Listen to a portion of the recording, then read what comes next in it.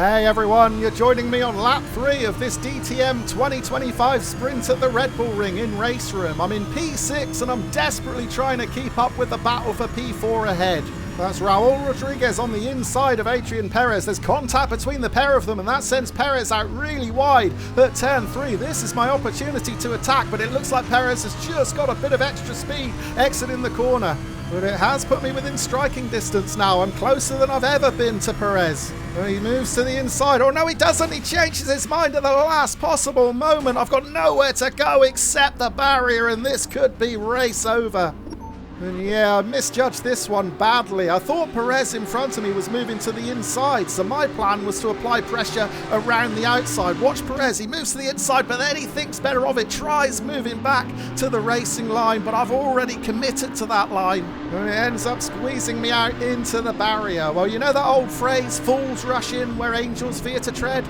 Well, maybe I should have kept that in my mind. Perhaps I could have been a bit more cautious there. I'd love to hear your thoughts on that one. Let me know what you think in the comments. But after wrecking early in that one, I've decided to come back to give the race another try. So let's get down to the grid for race 2, where I'll be starting from P8. And it's lights out. We are go for race 2 here at the Red Bull Ring. I'm starting from the 4th row of the grid alongside Daniel Nemeth. And I hate starting on the inside of the Red Bull Ring. It's such a tight first turn. There's a horrible curb on the inside. I get a double hit and now I've shifted into neutral by mistake, which really cost me some exit speed. I'm getting eaten alive out of the first corner.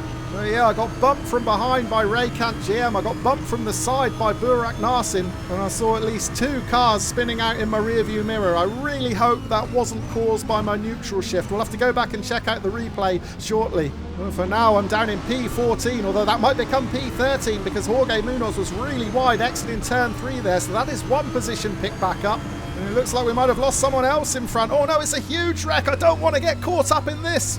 I had no choice but to lift there. Munoz flies past me on the left, on the grass. Now I'm being leaned on by Jacob Jezek.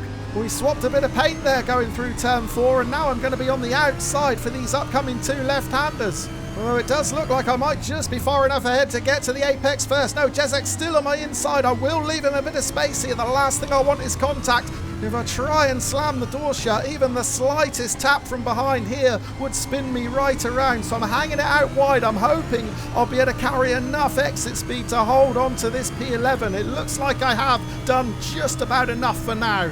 But yeah, that was a huge wreck down the back straight. 3 cars involved, so a bunch of positions gained. But of course I did have to surrender 1 to Munoz while trying to avoid the crash in front. Well, that was really poor from me there through the final turn. I got a bit too close to Munoz, braking a bit too late. That has cost me a load of speed on exit, and now Jezek will have the opportunity to make the pass into T1. He's alongside me. I'm going to have to give him the space here. The yellow flag's right. Have we lost someone? Yes, we have. That was Julian Mordaka facing the wrong way round out of T1. So although I've lost a place on track to Jezek, I do still hold on to this P11. But yeah, it's been a really messy first lap for me. I just need to calm down a bit, regain some composure, and not make the type of mistake that Jezek has just made. He completely missed his braking point into turn 3. Meanwhile, in the rearview mirror, it looks like we've lost at least 1 other driver too. So that promotes me back up into the top 10, but let's take a break from the live action to go back and see what happened on this chaotic first lap at the Red Bull Ring. And I made a big mistake in the turn 1 traffic jam, and the silver Audi in the centre of the shot, hard on the brakes here to avoid the cars in front of me, but I downshift into neutral, which means I can't get away. That causes a further jam behind, and yeah, that was Raycant GM getting spun out behind me. Actually, it was Jacob Jezek behind him who ended up spinning him around. But yeah, my neutral shift didn't do anyone any favours there. And then coming out of turn 3, it all kicked off. There's contact between Thiago Garcia and Burak Narsin. It was Garcia on the outside who gets catapulted into the barrier. And 2 other cars involved in that one. It looks like Narsin couldn't escape it either. And then Ben 10, who was behind the pair of them, runs into them and joins them in the barrier. And thankfully I was just far enough back from this to get advance notice of what was about to happen. I was able to lift, get past safely, and although I lost 1 position to Jorge Munoz, I did gain 3, so that put me up into P11. Meanwhile, at the start of lap 2, this is the battle for P7, and that is Julian Mordaka getting spun around, exiting the first corner. Now, right behind that incident, Jacob Jezek got up my inside to take the position, but he didn't stay there for long, running wide at turn 3. Meanwhile, right behind me, we lost Set Out. He gets turned around from Asian Horn Edwards behind him. So yeah, after a frantic first lap and a bit, I found myself going from P8 to P14 and then back up into the top 10. So let's get back to the live action, because I'm not going to have to wait long at all to get another position. We're switching the TV cam on to watch Miboru Argames in P3. And he's just going to throw it into turn 7, a little bit too hot. The rear steps out and it sends him onto the grass. Now, is he going to be able to rejoin before I get around? It doesn't look like it. Yellow flags are out. I see Argames to my left, so I'm going to give him space to rejoin, but I do breeze by and up into P9. So next on my hit list is Jorge Munoz in P8. He's 0.8 of a second in front at the moment. Can I close him down? Well, the answer is yes. Yes, I can close him down, because we've jumped forward to the start of the next lap and that gap has been halved. He is now just 0.4 of a second ahead, a little bit wide through turn 3 there, but it doesn't seem to have cost him any exit speed. But I've made good progress over the past lap or so. I'm within half a second. I'm pulling Argames along as well. He is 1 second behind me in P10. But I just need to chip another couple of tenths away on Munoz ahead, and I may get the opportunity now because he's completely missed the apex into turn 4. Meanwhile, there's a car facing the wrong way, exiting the corner. That was Pedro Munoz crashing out of P6. So that's a bonus freebie. I'm up into P8 now, and I've closed right in on Munoz, just 0.2 of a second. And he's not looking at all confident, is he? Missing apex after apex. If I can just keep this pressure on, breathe down his neck a little bit, I may force him into a mistake here. Now, let's not forget about what's going on behind as well, because Argames is getting closer and closer. 0.6 of a second now back to the driver in P9. Well, it certainly feels like I've got a bit of a pace advantage over Jorge Munoz ahead. So can I put it to good use here? If I get a good line through this final turn, I may be able to attack down the start-finish straight. I'm faster out of the corner. Can I pull alongside? Just trying to get a bit of extra toe before I move to the inside line. Now I need to be fully alongside him to make this pass safely. When he backs out of it, I've got the position. A textbook T1 overtake here at the Red Bull Ring, and that promotes me up into P7. And this is another look at Munoz's namesake, Pedro Munoz, spinning out of P6. He just got a bit loose exiting turn 4 there. Marcel Brebeck right behind him had nowhere to go and helps him on his way. And this is another look at the overtake, clean as you like into turn 1 alongside, forcing Munoz to brake a bit earlier and surrender the position. That's me up into 7th. Right, back to the live action, and next in my sights is Marcel Brebeck. He's in P6, 1.3 seconds ahead at the moment. I've got 9 minutes left on the clock, so plenty of time to close that gap in. I certainly feel like I'm finding a bit of a rhythm now here at the Red Bull Ring. I've got no pressure behind. Munoz is nearly 2 seconds adrift, and there's a big mistake in front from Brebeck. I won't need to wait to close that gap in because I've been gifted the position. So that is me up into P6. The yellow flags are out for an instant ahead as well, and it looks like Adrian Perez. Well, we all know that name from race 1. And Perez was battling for a podium here in the second race. Clearly something has gone very, very wrong, and now I am within 0.5 of a second of him.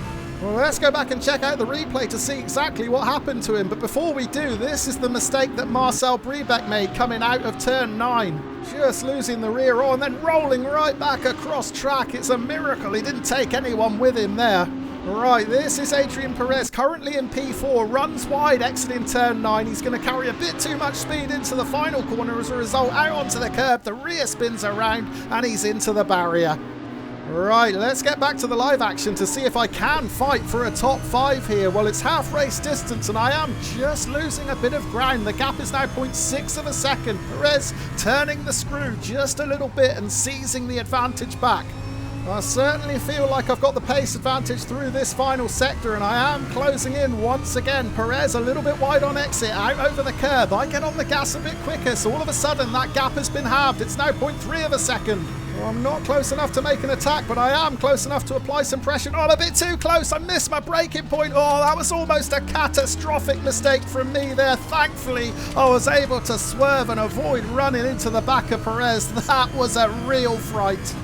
Right, let's jump forward to the final couple of laps because I've left myself a lot to do here. That mistake at turn 1 cost me about 2.5 seconds. I've spent the next couple of laps trying to close the gap back in. I'm within 1.1 seconds now, but I'm running out of time. There's less than 2 minutes left on the clock. However, will I get a favour from a back marker? Now, the backmarker in question is Arwen Nostenwalder, and he does not look like he wants to be passed. He is severely hampering Perez here. Perez being slowed down, and I am closing in fast. The gap now just 0.6 of a second. It has halved in the space of 2 corners. And it looks like Perez is getting a bit frustrated now. In fact, he's run wide coming out of turn 9. So this is my opportunity. I'm going to have to get my elbows out and barge up the inside through the final corner. We're going to be side by side. However, I have a back marker in my way now. There's contact with swapping paint down the start-finish straight.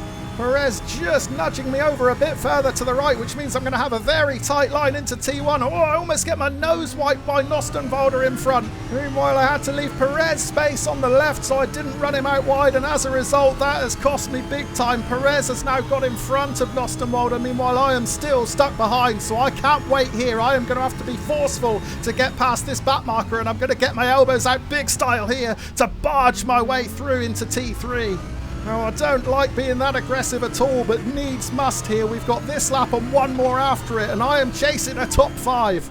But yeah, Nostenwalder did not want to let us past. He was really unpredictable, actually. I wonder if he's steering with a keyboard, because some of those steering inputs were really off-putting. It certainly caught Perez out there. That was my opportunity to strike. I move up the inside, but now watch Perez. He moves across. He's just going to give me a little squeeze there, which pushes me a bit more to the inside than I would have ideally liked. And as we approach T1, I've got the worst line imaginable here. I almost get squeezed onto the curb by the back marker in front. I have to lift, not only to avoid contact with the car in front, but also to let Perez take a safe line around my outside. However, I couldn't hang around though. I had to barge my way past the back marker to give myself at least a chance of sticking with Adrian Perez. Right, back to the live action. We're about to start the final lap. Can I get into the top 5? Well, there's 0.8 of a second that I've got to make up first before I can even think about challenging Perez. And of course, I haven't forgotten that first race either. It would be really sweet to extract some revenge on this final lap. I mean, I know there wasn't anything malicious in that first race incident, but it was really frustrating to end up in the barrier like that. So I'm going to give it everything I possibly can here to get onto the tail of Perez and maybe, just maybe, launch a late attack to snatch a top 5 finish. Well, I'm getting visibly closer, aren't I? I've taken a couple of tenths out of Perez through the first sector there. 0.5 of a second now. So yeah, I'm getting closer. This is promising. I think this might come down to the very last corner, you know. However, it would be really nice to get on his tail a little bit before then and start applying a bit of pressure. You never know, he might just crack under that pressure being so late into the race. The stakes are high here at the Red Bull Ring. It is the very last lap. There is a top 5 finish at stake, and I'm closer than ever now. 0.3 of a second the gap. That's another couple of tenths taken out of his advantage. Well, strap yourselves in, folks, because we are setting up for a grandstand finish here. The checkered flag is out. The race leader has crossed the line, but all attention here is on P5. Can I do it? And is Perez feeling the pressure? He was out onto the grass there. He's going to have dirty tyres coming into the final 2 turns. This is my opportunity. Can I force my way up the inside? No, I can't. Perez defends. Can I try the switchback? No, I can't. I'm too tight and I run into the back of Perez. Contact coming out of the final turn. Now I pull alongside, and is Perez lifting? I am going to get P5 at the line. Well, I know I said I was out for revenge, but I promise that contact coming out of the final corner wasn't deliberate. I was caught out a little bit by his lack of exit speed. He was really slow to get on the gas there. I just give him a little tap. Then I move out to the right and pull alongside. But yeah, he lifts. Now I wonder, did he think the finish line was sooner than it actually was? Perhaps he just ran out of fuel, or maybe even was trying to serve a slowdown penalty before crossing the line. Either way, I end up with an unlikely top 5 finish. I had a decent enough pace too. 129.7 was my fastest lap. That could have been quick enough to challenge for a podium if I'd just escaped the shenanigans in the early going. But yeah, great race that one. It was really sweet to get some revenge at the end there. Of course, I feel bad about the contact coming out of the final corner, but having looked at the replay, it didn't look to have caused him any damage. It didn't cost him any time. And I hope the fact that he coasted to the line was unrelated and it wasn't anything to do with my driving on track. Whatever the reason, it made for a dramatic conclusion to this race. Well, I hope you've enjoyed watching it. I've got a busy couple of weeks coming up, so it may be a little while before I'm back with another race video, but rest assured I will be back soon and ready to go again. Thank you ever so much for watching. Cheers for now.